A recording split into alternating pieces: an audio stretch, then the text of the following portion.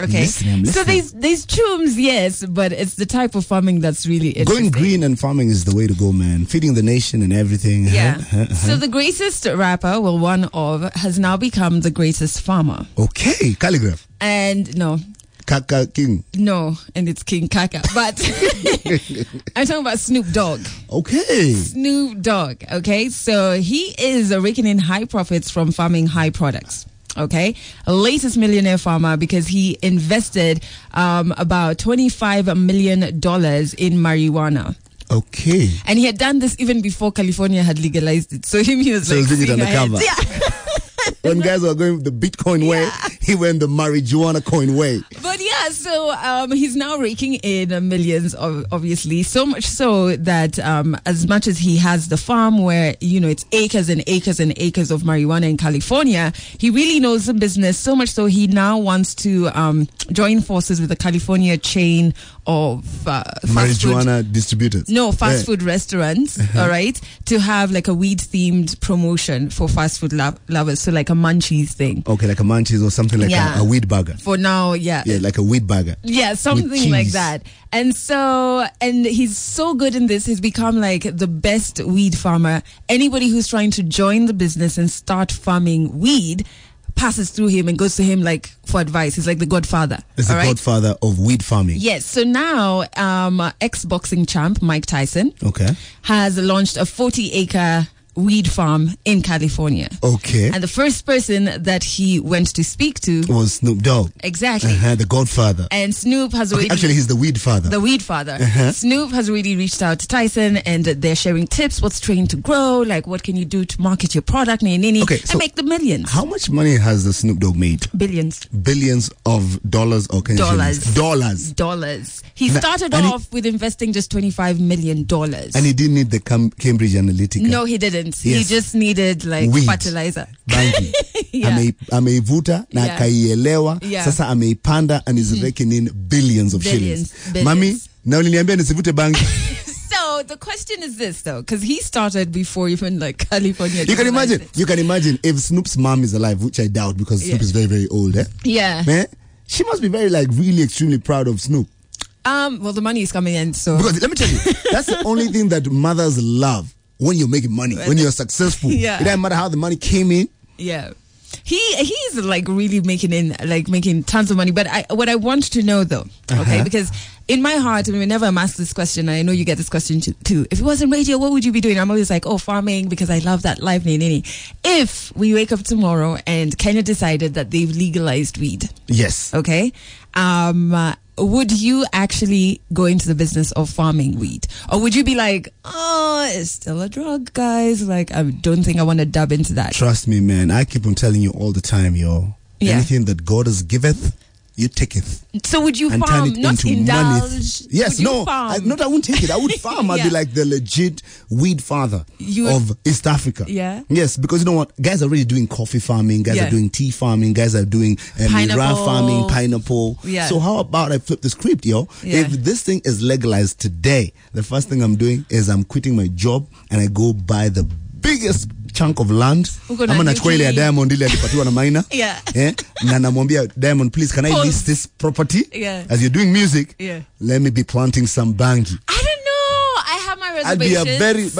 I'd be a very proud bangi farmer. I don't know. In the next few minutes, I have reservations about this whole situation, but I do want to hear from you, Team Adele, Team Shafi. If weed was legalized in Kenya today, would you go into the business of farming it? 0711 0461. Almost.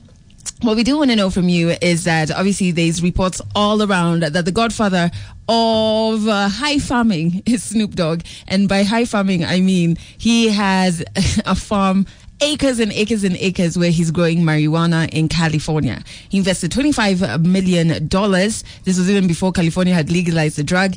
And now he's raking out billions of dollars. That's what we call Californication, I'm telling you. Mike Tyson has now just launched a 40-acre marijuana farm in California as well. And obviously the guy who's guiding him is Snoop Dogg. And so I want to know if, let's just say, tomorrow you wake up and weed is legalized in Kenya. Is that a hustle you go into where you would actually farm Bangi. Yeah, call it what it is. I'll be a bangi farmer. Deep at Ogot Jr. is here saying, hey, please just tell us when the government is planning to legalize weed. Wow, because guys. She is so interested and she's willing to put up 75% of all her savings. I don't know how much that is, but she's doing 75%. That is A+. Fini Laura is saying, hii topic ya leo inaweza fanya wase wasipande mahindi. They just keep their land waiting for legalization things. My thing is this, all right? It's not even, I'm worried that, you won't be able, as Kenyans, we won't be able to regulate the use of weed, right? Yes. That's not even my problem. My problem is like, our country is a country of tricks, right? Because look at the plastic paper bags and stuff like that. We were told, you're allowed, the big ones in your house. You know what I mean? Even those ones, like, nobody knows, is it really legal or not? So I feel like even if it happens that they legalize weed, and then you start leasing land from Diamond and growing it. All of a sudden, after a month, they're like, oh no, sorry, psych, we're not, it's illegal. And then you're bebwad hulela. No. The moment weed is legalized, that will be big news. Uhuru will, you know the way he always comes outside those white pillars in State House? He has to come out. By the way, no one will tell us weed is legal apart from the president himself. Let me tell you, even the AG, I won't trust nobody, not even the members of parliament. The day bhang is legalized in the 254, we have to hear it from the president himself. Say, in the Constitution of Kenya, going forth, this is what's happening. And when that does happen, I will be definitely one of the first, biggest, weed farmers in the 254. And also, you need to understand one thing. You need to ask yourself, before guys started planting tea or coffee or rice or whatever plant that God gave us, how did they start? Like, have you ever asked yourself, the guy who was under the cow, decide, no, you know what? First and foremost, I just feel like I can't even resonate with you on this conversation because either maybe I don't know what you had for breakfast. My point is very simple, Adele. Like, be innovative and be the fast. And never be in a box. Can I tell you, when it's outside the box. When it's the 254, trust me. When you're being bebwad holela from your weed farm, he won't be there with you. It's just going to be you, your weed, and the cops. Mambo? Poa sana mama, niambie. Najua mimi ni farmer already. So you already have the land? But I'm not sure because unaona huku ushago wenye wanatumia they misuse it. Wakikunywa tu unaona today they turn to wandawazimu. Lakini unajua nini? Shafi, sikiliza. Unajua nimesikia wewe uko na haja sahala na pesa, nimekuonea 18. Sasa mimi Well, Mercy. There's something that you've said there that is very, very scary, yeah? You're a farmer and you're discriminating about, because she's seeing how it's other forms of farming. Of course, because nimeona wenye wanatumia huku venye wanakaa Shafi. Lakini umesema wanakunywa. Hiyo ndio shida. Inafaa kuvutwa. Unakunywa bangi aje? Ukinywa bangi utachizi. Right now, though, it's all about high returns from high farming. And we're talking about weed farming. Snoop is raking in billions of it. So I want to know, if all of a sudden you woke up tomorrow and weed was legalized in the 254, would you venture into farming it? Don't be left behind. That's all I'm going to tell everybody out there. Because you know what? You need to have an open mind. Because you know what? Life is all about innovation. And every time I'm discussing, how we're going to make money with Adele, like as a side hustle, we're always thinking about aspiring and coming with new ways of doing things. And I'm thinking, we cannot all be growing mira. We cannot all be growing tea. We cannot all be growing coffee. There are people who are already doing that. Like the Kiambu mafias. They've already taken over that. That's their thing. And when you go to Kiricho, those guys are the guys of tea. Now you can imagine if weed was legalized today.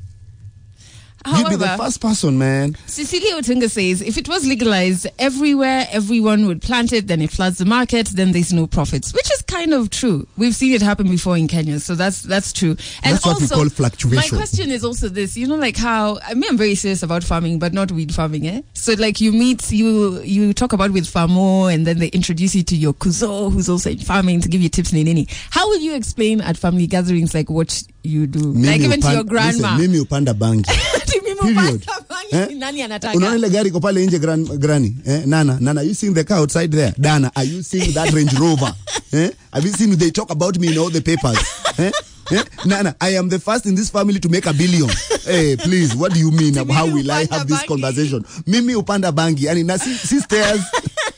As he come a mayor. So guys, listen, if weed was legalized tomorrow in Kenya, would you go into the business of growing it or farming it? 0711-046-100. Talk to us. Hey, Adele and Shafi. Hi, my dear. How are you doing? I'm good. Would you be a ganja planter? Ganja farmer. Yeah, I was saying, damn right, I would legalize the weed. I will sell weed when it's legalized. Okay, no, you will be. You see now, she's already found another dealer, business. Not not a dealer, a peddler. Okay, yeah, you wouldn't be a farmer. You wouldn't like get land somewhere. No, you know. To be honest, a lot of people are doing weed right now when it's illegal.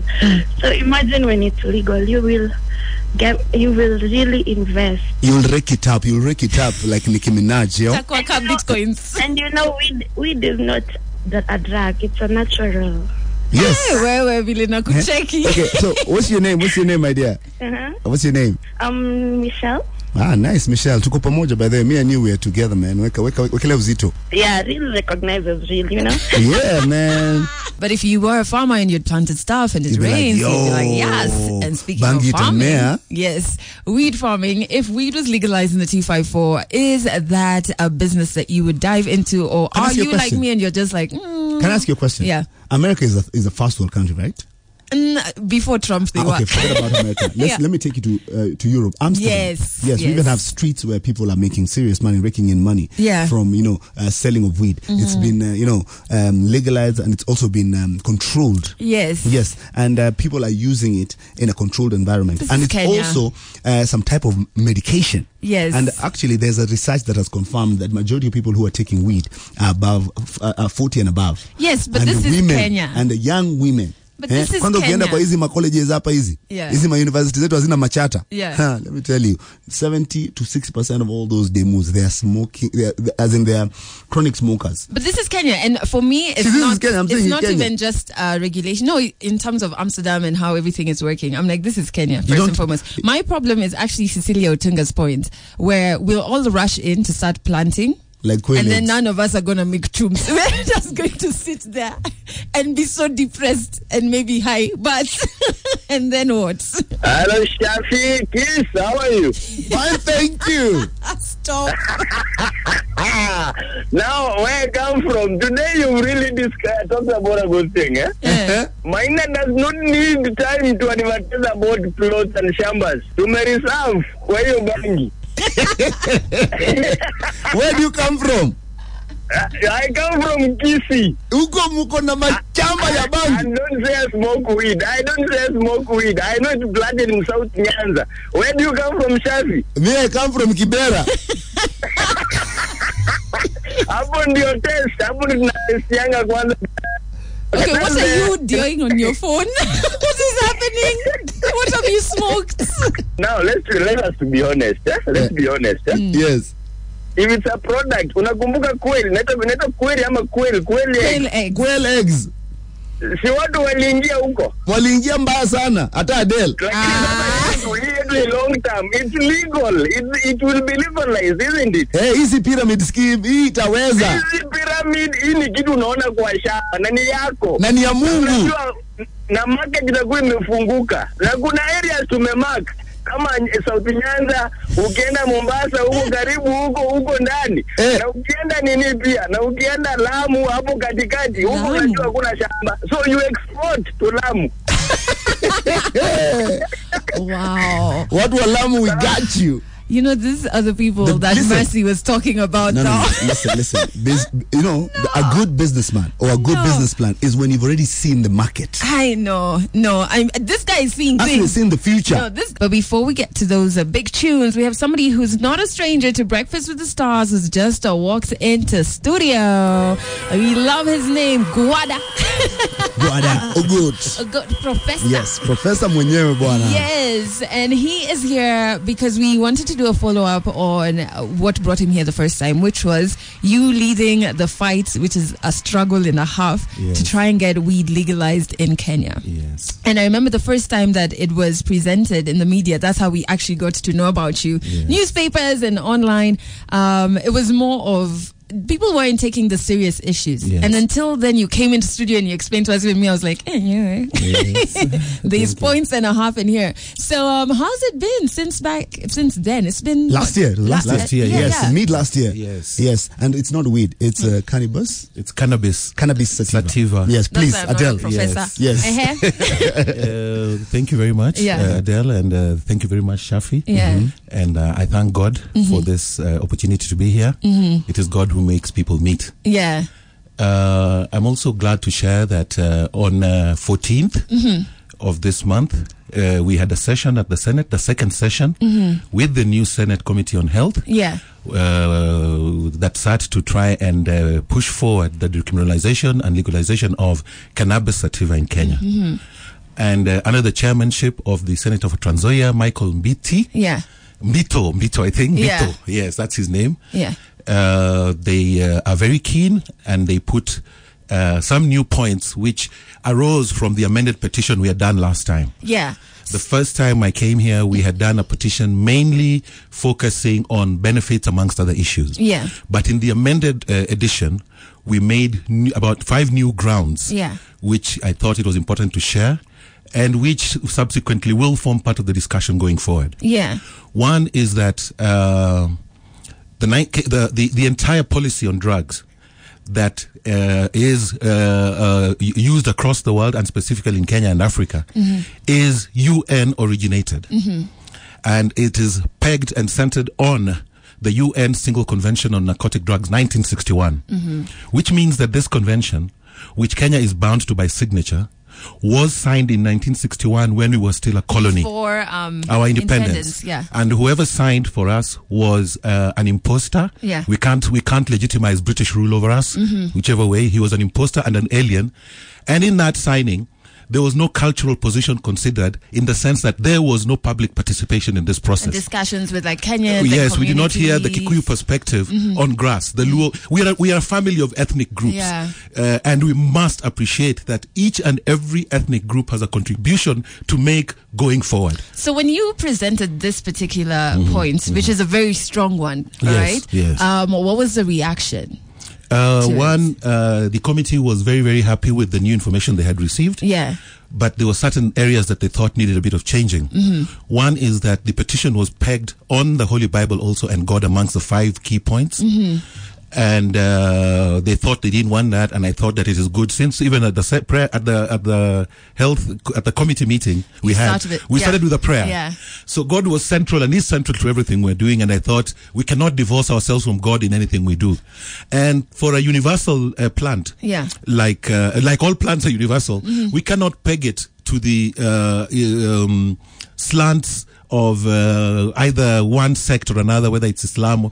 We just say this is universal, and we put it forward in the name of God as a matter of goodwill and as a matter of appreciation that there's an almighty power over us. So is that the only reference to God in your petition? No, I give specific examples of quotations that cite cannabis and its role in life. From the Holy Bible. Which are quite a number, and it forms actually quite a big part of this petition. Yeah. One is in Genesis 1:29 to 31, which says that, "Behold, I have given you every herb bearing seed which is upon the face of all the earth. To you it shall be for meat." And God saw, and then the other is that God saw that everything was good, and behold, He made it and it was good. Yeah. And the Spirit also promises to raise a plant of renown for physical and spiritual nutrition in Ezekiel 34:29. And my question has been, if the Holy Book and all the holy men and wise men that we have seen from Solomon, David, Enoch, do not condemn, no holy book, whether it's the Gita or the Islamic Quran or the Christian Holy Bible, none of them condemns the herb. So the question was to pastors and to other people who say it is bad.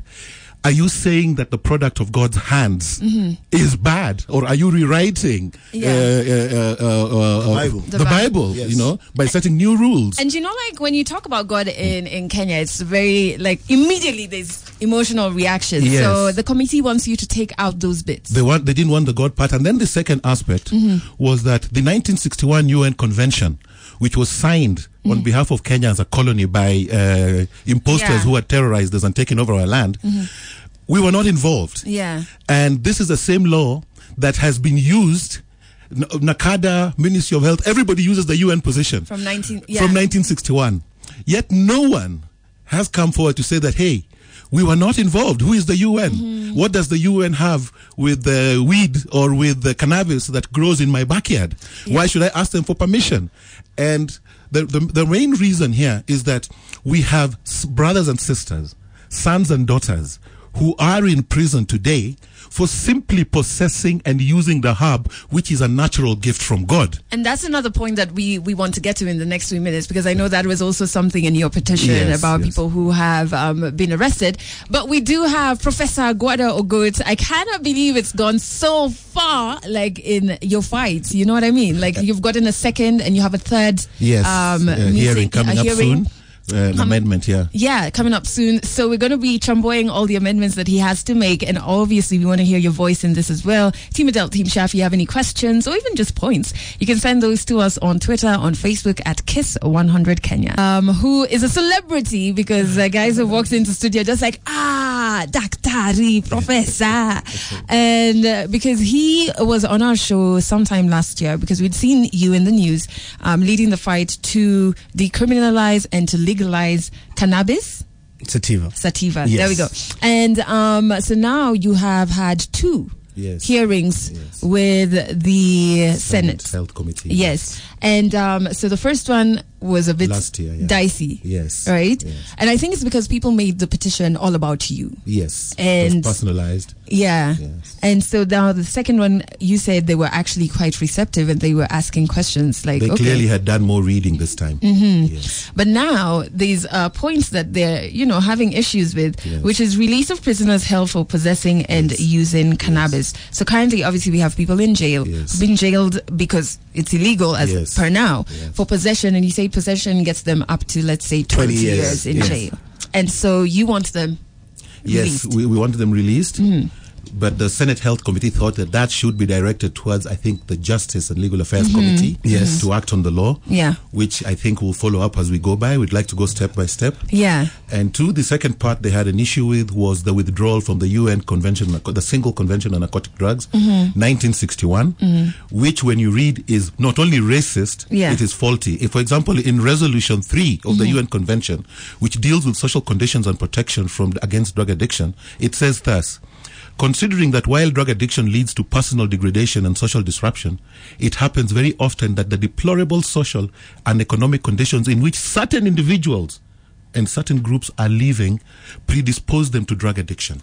Now that suggests, the suggestion, underlying suggestion is that poverty or the African state of life predisposes Africans towards drug addiction, because this same UN convention is what has been used to fill up nearly 70% of the American prisoners are black people who are in for smoking cannabis. And they're still having the same conversations. Yes, and then the question is, at what point, and who is this patron who can decide that African situations or Africans are predisposed to this kind of life? It's really a baseless position of superiority, and it shows that the convention that was used, the people who wrote it and the people who still implement it are the ones who need help, not the people in prison. These are the guys who should be imprisoned. They're the ones who need help, because racism is particularly a focus of non-melanin rich people against the melanin rich people.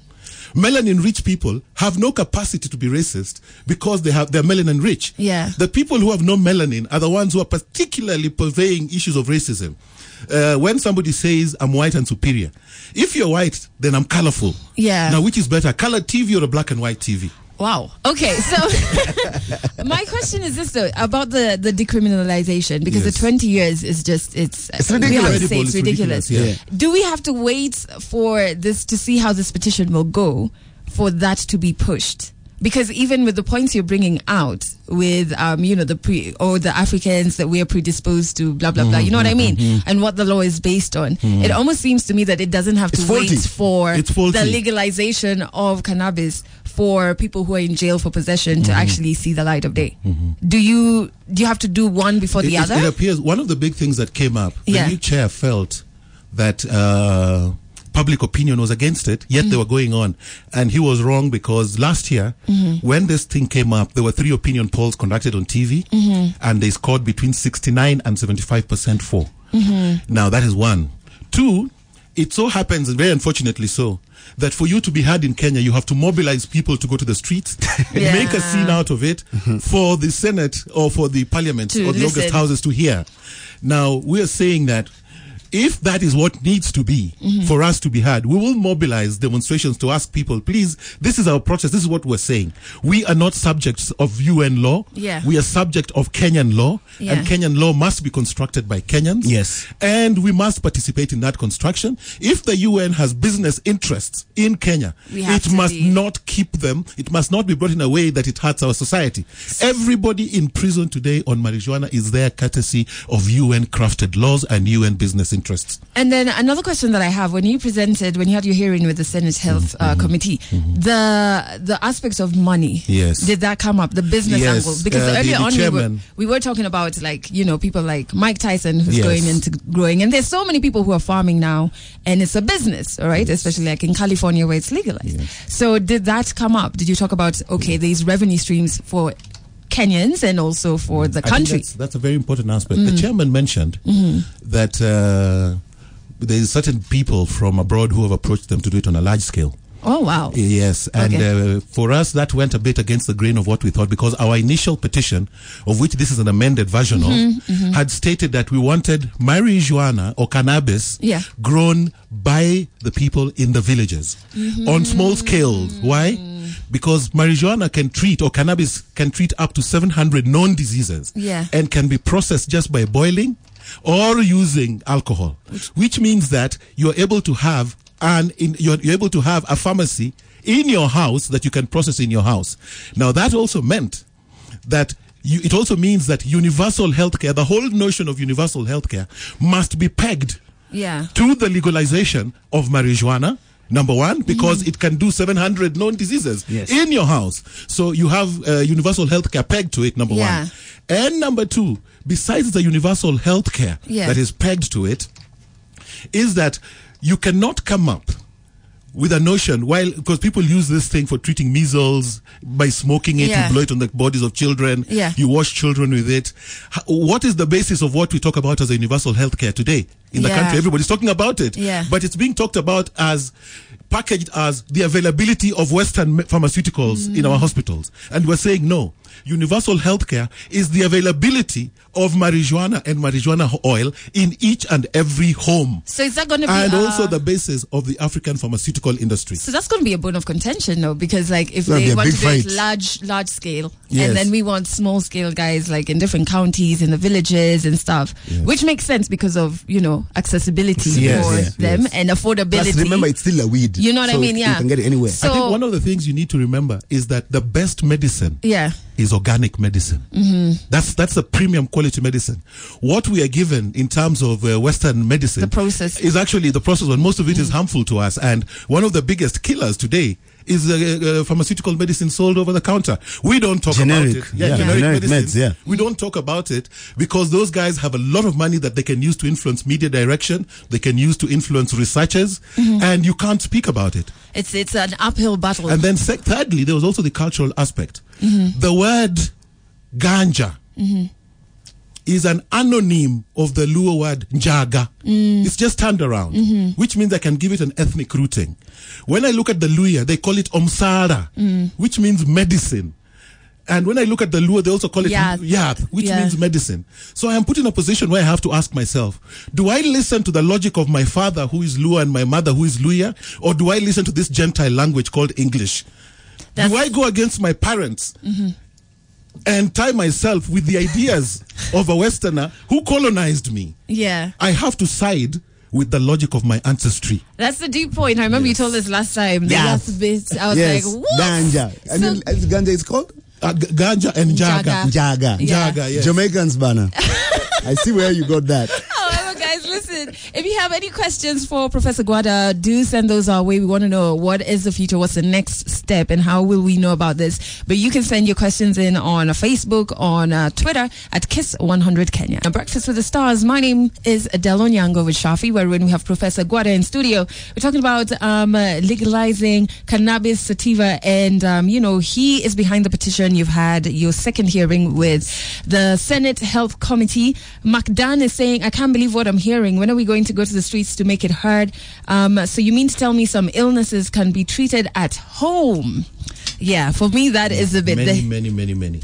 The health bit is the one that I'm like, okay. There was a question that came in on our Insta Live on Shafi's Insta that was like, okay, so where do you draw the line between the medicinal value and the recreational? Because that's where the biggest issue is. That's a ball of contention. First of all, we have to start. Actually, that came up also during the Senate. Yeah. Both Senate hearings. Yeah. And in subsequent press interviews, that has consistently come up. Mm-hmm. But there are certain things we have to accept. Yeah. One is that life is self-balancing. Mm-hmm. And I'll give you a perfect example. In Portugal, before the legalization in 2002, there was about 200 drug, in quotes, related deaths. Okay. Then they legalized. Within the first 3 years of legalization, usage spiked. Okay. But after that, it went down, naturally balanced itself, and now the deaths are between 0 and 1. Oh, so what we're actually reacting to today is the effects of the ban, or the effects of usage under a ban. Mm-hmm. If for 4,000, since Egypt to date is about 4,850 years, marijuana has only been banned for the last 58 years by the UN. No African community went to complain and said this thing is bad. Yeah. So we are actually looking at the effects of marijuana under a ban, or cannabis under a ban, rather than the effects of cannabis. Mm-hmm. So we must distinguish between effects of cannabis for the last 4,850 years and the last 58 years. Mm-hmm. So we have to look at that analysis and come up with something that says, surely these people cannot make a decision for Africa and ban this thing for 58 years while it had been free and indigenous to Africa for 4,850 years. And we're also not asking why. Like, and we have not had this discussion as a nation. I would like to hear the local African story from the Kalenjin. Mm-hmm. What have we used marijuana for? Mm-hmm. I'd like to hear from each and every ethnic community, because we have had an experience with plants that is unique to ourselves. Mm-hmm. And we want that narrative brought out, rather than somebody coming to bring a helicopter narrative from his home and superimposing it on us. They haven't experienced what we have. Okay, yes. I get that. Yeah. So what now? Because you see, we get the points, and I love that we actually have this follow-up interview, because before now you made us understand by there's the health aspect of things, and then you went and you had your second hearing. So what happens now? Because there's certain things that they want you to change. Yes, the chair said that they will call me again. Mm-hmm. We said very shortly, so I would like to give him the elbow room to make a decision as the chair, so that we can go through, we can make certain amendments to this, to the second amended petition, to the amended petition. And after that, then we'll move it forward. But I can say again with confidence that they're keen on legalizing. Yeah. And I think what's worrying them is how to create this balance. But I think there's also also important to, as a leader, to accept that the citizens you lead are responsible and actually lead their daily lives without your daily interference or supervision on a daily basis. So make the citizens feel confident that they have been given the room to make their decisions and they will do the correct thing. If you guide or overguide, if you place too many obstacles, people start working towards breaking the rules that you set. So let society free. It will self-balance, because one, we are only here for about 70, 80 years of our lives. Now you should ask yourself, did you come here to control people from using one of the 430,000 plants that God put here? Do you really know what you're doing on earth? You will leave it here, and the same weed or the same grass will grow on your grave. It has been growing ever since. So just be rational about yourself. You cannot stop it unless you're going to uproot all marijuana plants in the world, which you cannot do. So just be clever. I've never heard that argument before. But guys, so we have Professor for 3 more minutes. Honestly, this is your last chance to send through your questions. Shafi is live on Insta, so you can go ahead over there and send your questions, but also on Twitter, Facebook at Kiss100 Kenya.